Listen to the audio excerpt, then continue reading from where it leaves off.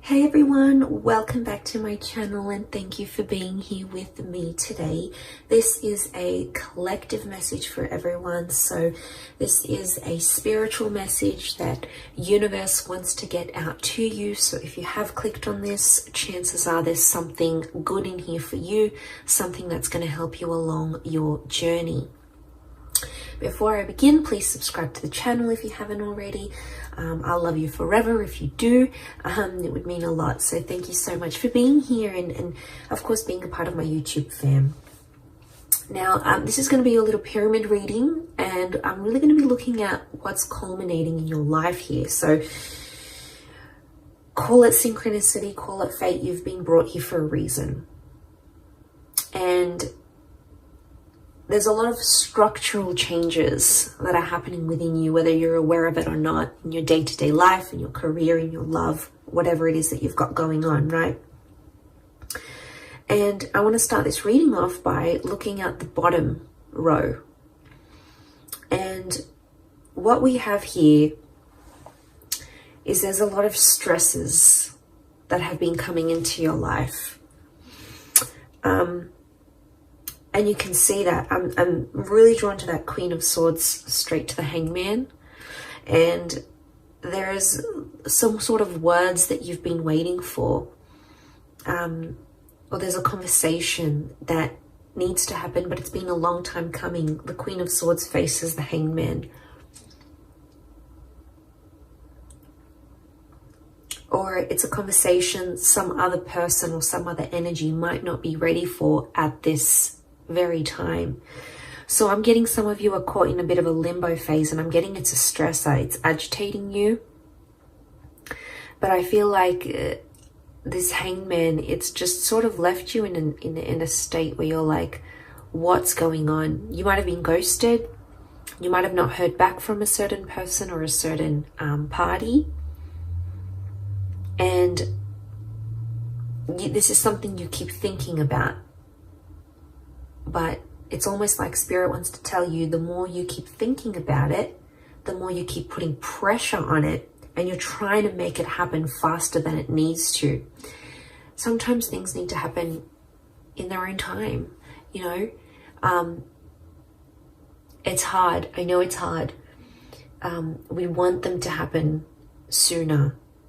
And, you know, just being in that kind of energy, it really sucks, but sometimes it's a blessing in disguise. Like if there's, you know, there's always two sides of the coin. You can pick the negative side or you can pick the positive side. The negative side is going to make you feel all sorts of things that aren't very nice.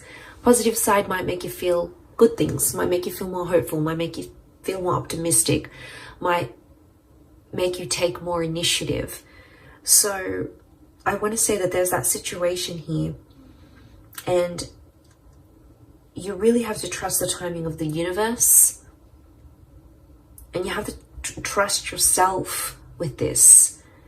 And it's almost like you have to go easy on yourself, because there's a lot of you that have put, especially like mentally, I'm getting that you've picked things apart, and there's a criticism that's coming here. So this is you critiquing your inner child here. Queen of Swords is critical. Okay, she's super vigilant. She's hyper vigilant. And I get that you've been really critical about this, and it's almost like you're nagging. Some of you are nagging yourselves, but it's not in a good way. It's not in a constructive way. Or you're nagging this other person to be, do, say what you want them to do. But there's someone here who's not in an energy, who's not ready. The Hangman isn't ready. Or it's like there's someone here who doesn't believe in themselves enough. So I'm getting something about beliefs that's coming up. You're critiquing your own beliefs.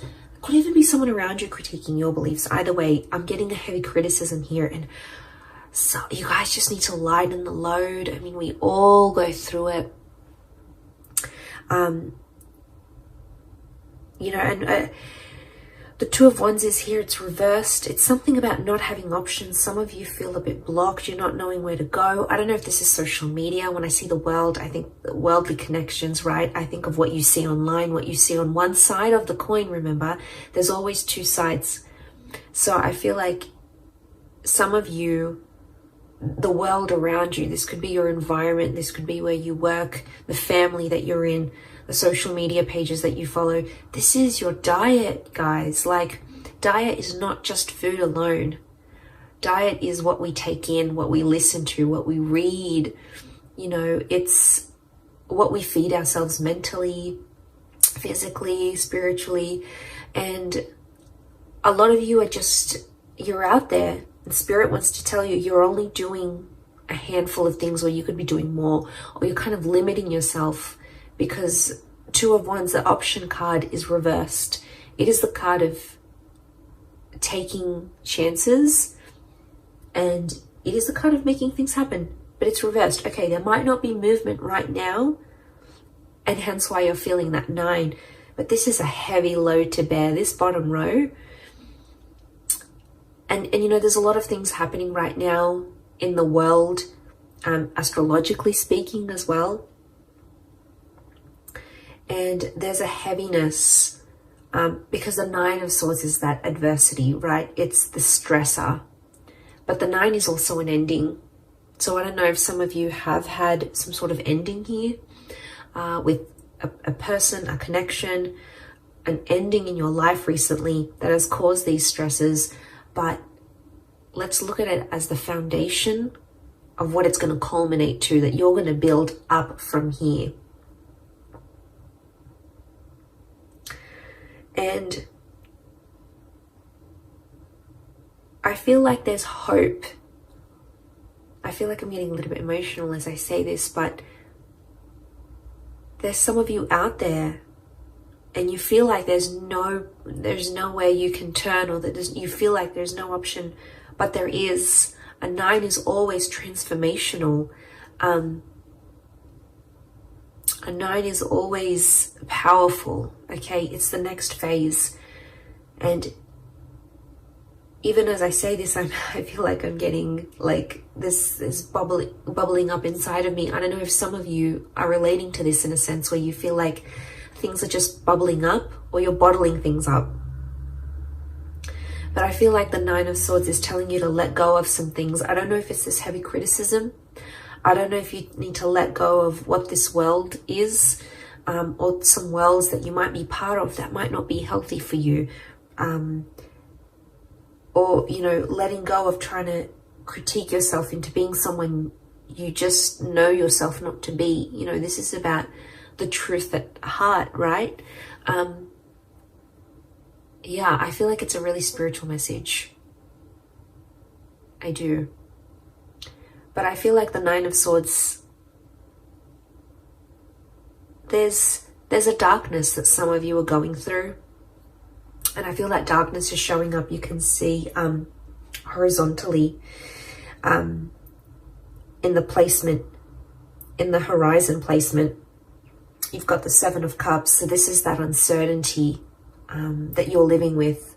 And I think a lot of you, if you're seeing this, your horizon, your future, what you're looking for ahead, you feel uncertain about it. 7 of Cups is, it's uncertainty, it's emotional upheaval. One day you're feeling this way, next way you're feeling that way. It could also be around a water sign, or it's an emotionally charged energy. But the dark silhouette is like the shadow. So something about shadowing. Okay, some of you are shadowing someone else.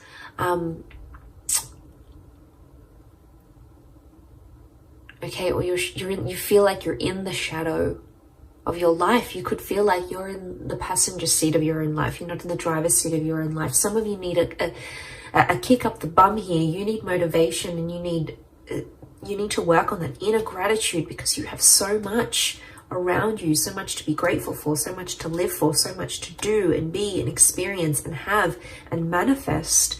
But I feel like on the horizon, this 7 of Cups energy, I think it's about organizing yourself, your thoughts, organizing your emotions.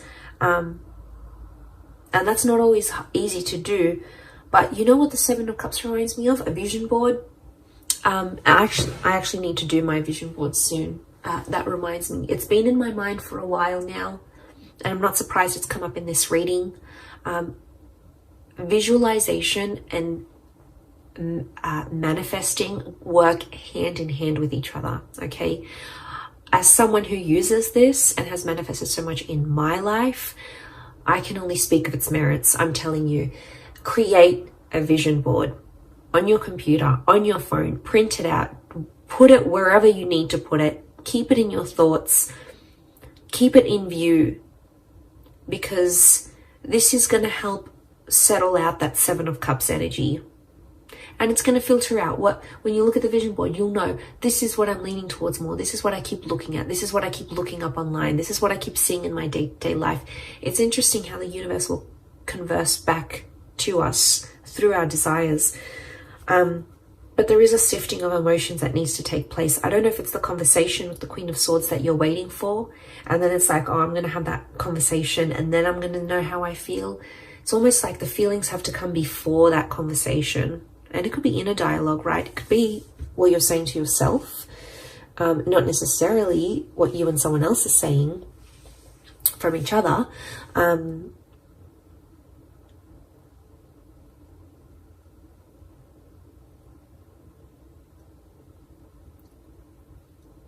But if that's what's, and if that's at the very center of the Seven of Cups is at the very center of this whole situation in this pyramid, I'm seeing that if that's at the very center, this is at the very core of everything that you're building up in your life right now. And your emotions, this Seven of Cups energy is at the very core of that. So there's some work, there's some sifting. There's some sifting and sorting and organizing and decluttering and compartmentalizing that needs to happen here. And we all have different things that work for us. But I'm passing on the message. I'm letting you know that there's something you need to work on here. We all do. We're all a work in progress. Okay, we're all Michelangelos. We all need to carve the best version of ourselves here. So just think about that. I think Spirit is drawing me towards that for a reason. I think for a lot of you, the Four of Cups in a past placement on the left is telling me there's an epiphany or a realization from your past that's going to help you. And it's a surprise. It's a blessing in disguise. It's something that could come unexpectedly, an unexpected turn of events. It is from the hand of God, so the universe, Spirit, your guardian angels, your protectors. There is a benevolent energy, but it could come from your past somehow. It might be a past life connection. It might be some opportunity that's coming from the past that feels familiar. It could even be a deja vu moment that sparks that epiphany that's going to help you with that, the core, which is the Seven of Cups.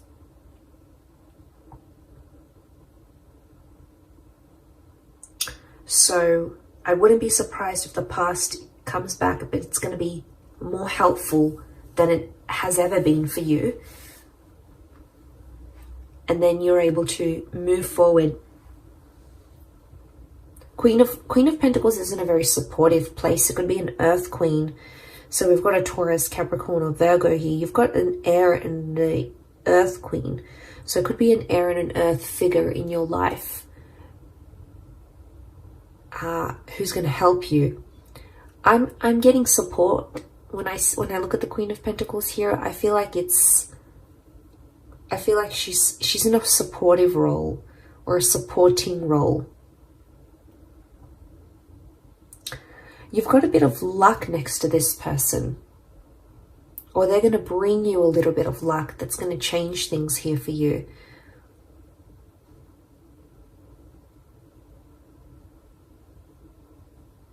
Now I feel Queen of Pentacles in the top of the pyramid, which is the Five of Wands, is a strong fire energy. Okay, if you're dealing with an Aries, a Sagittarius, or a Leo,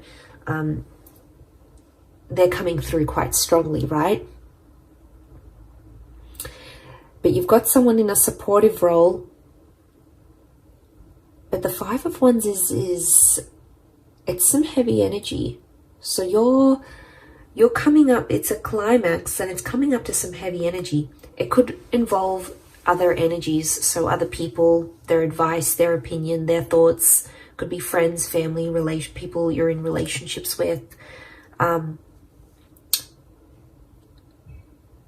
but there's a lot of different directions I'm getting.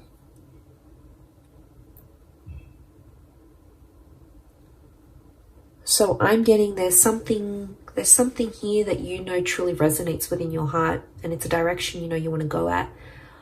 But I'm getting the universe is sort of testing you here through these people, because there's people here who won't agree with you, or won't believe in you, or won't say things that will uplift you, because they're in a different place, they're in a different direction.